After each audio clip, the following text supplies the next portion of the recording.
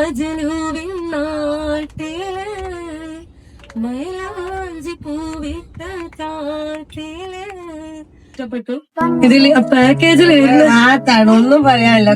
അതെ, ഭക്ഷണത്തിന്റെ കാര്യത്തിലാണെങ്കിലും ടൈമിങ്ങിന്റെ കാര്യത്തിലാണെങ്കിലും ഓടി നടന്ന് ഞങ്ങളെല്ലാം കാണിച്ചു തന്നു. കുട്ടികളായിട്ട് ഞങ്ങൾക്ക് നടക്കാനൊക്കെ കുറെ ബുദ്ധിമുട്ടുണ്ട് ഞങ്ങൾ, കാരണം കുറെ നിങ്ങളൊക്കെ ലേറ്റ് ആക്കി. അതിലാദ്യം ക്ഷമ ചോദിക്കുന്നു, കാരണം ഞങ്ങൾക്ക് 2 മക്കളും 2 കരച്ചിലാണ് എടുക്കണം എന്ന് പറഞ്ഞിട്ട്.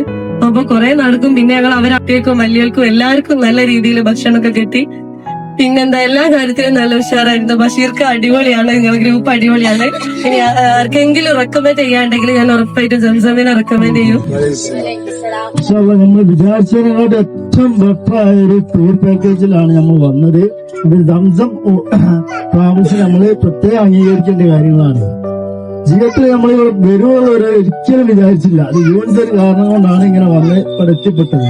അപ്പോഴാണ് സംസം ടൂറിസ്റ്റിന് വന്ന് നമ്മൾ ഫസ്റ്റ് ടൈമാണ് നമ്മൾ യാത്ര ചെയ്യുന്നത്. അപ്പൊ ഇതെന്ത് സംഭവിക്കുമെന്നൊന്നും നമുക്ക് അറിയില്ല. നമ്മൾ മക്കളെ എടുത്ത് വരികയാണ്.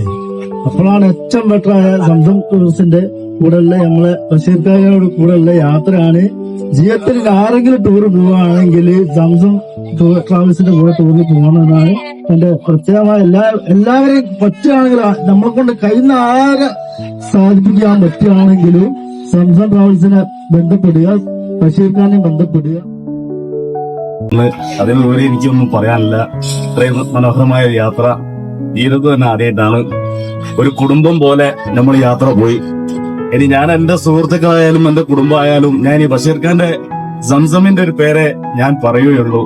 ഇനിയും ബഷീർ ഖാക്കും എല്ലാരും ഒപ്പത്തിനൊപ്പം നല്ല സഹകരണവും സന്തോഷവും ഒക്കെ തന്നെയാണ്.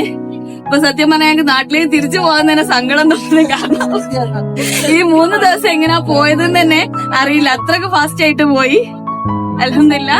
ഇനിയും നമ്മളെ എവിടെ ആര് ഒരു ടൂർ പാക്കേജോ അല്ലെങ്കിൽ ട്രാവൽസിന്റെ കീഴിൽ എന്തുണ്ടെന്ന് പറയുകയാണെങ്കിൽ നമ്മൾ ഫസ്റ്റ് സജസ്റ്റ് ചെയ്യുന്ന പേര് സംസം. എല്ലാവിധ ഉയർച്ചകളും ഉണ്ടാവട്ടെ.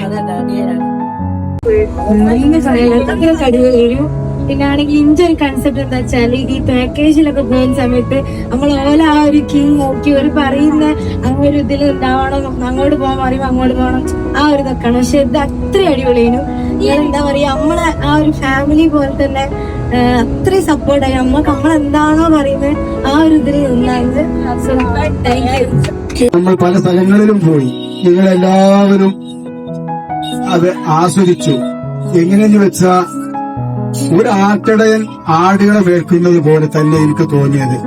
അത് ബഷീർക്ക് നമ്മളെ എല്ലാവരെയും ആട്ടിത്തുളിച്ച് ഓരോ ഭാഗത്ത് കൊണ്ടുപോയി നമുക്ക് വേണ്ട വെള്ളവും ഭക്ഷണവും ഒക്കെ നമ്മളെ ഇഷ്ടപ്പെട്ടത് നമ്മളെ കഴിപ്പിച്ചു. അൽഹംദുലില്ലാ. അള്ളാഹു അണ്ടി എനിക്കൊരു 65 വയസ്സായി കഴിഞ്ഞു എന്ന് വെച്ചാ എനിക്ക് നിങ്ങളെ കൂടെ എല്ലാവരെയും കൂടെ കാണുമ്പോ എനിക്കൊന്നും വലിയ ഒരു ഇതുണ്ടായിരുന്നു. എയർപോർട്ടുകാരൻ കുറെ കുട്ടികളും സ്ത്രീകളും എങ്ങനെ അവരോട് കൂടെ ഞങ്ങൾ 2 പേരും മാത്രം. പക്ഷെ യാത്ര കഴിഞ്ഞ് നമ്മൾ എയർപോർട്ടിൽ ഇറങ്ങിയതിനു ശേഷം നിങ്ങൾ ഞങ്ങളുടെ മക്കളെക്കാളും വലിയ റാഹത്തായി തോന്നി. കുട്ടികളും അവരുടെ സഹോദരന്മാരും ഒക്കെ ഞങ്ങളോടുള്ള പെരുമാറ്റം ഞങ്ങളുടെ നാട്ടിലൊക്കെ. അൽഹംദുലില്ലാ. ബഷീറിന്റെ കൂടെയുള്ള യാത്ര 2ാമത്തെ യാത്രയാണ്. അള്ളാഹു എല്ലാം ഭംഗിയാക്കി തന്നു. നമ്മളൊക്കെ ഓരോ നല്ല പ്രതീക്ഷ വെച്ചിട്ട് ആണ് യാത്ര ചെയ്യുന്നത്. ആർക്കും യാതൊരു പ്രശ്നമല്ലാണ്ട് എല്ലാ കാര്യങ്ങളും റാഹത്തായി എല്ലാ ഭാഗത്തും കണ്ടു സന്തോഷിച്ച് പോവുകയാണ് നമ്മളെ. ആർക്കും കുട്ടികൾക്കോ ആർക്കും ഒരു അസുഖ വിഷമങ്ങളോ ഒന്നും ഉണ്ടാവില്ല. എന്നാൽ ചില്ലറ പോകുമ്പോൾ ആരെങ്കിലും ഉണ്ടാവും. ഒരു അൺഎക്സ്പെക്ടഡ് സർപ്രൈസ് ആണ്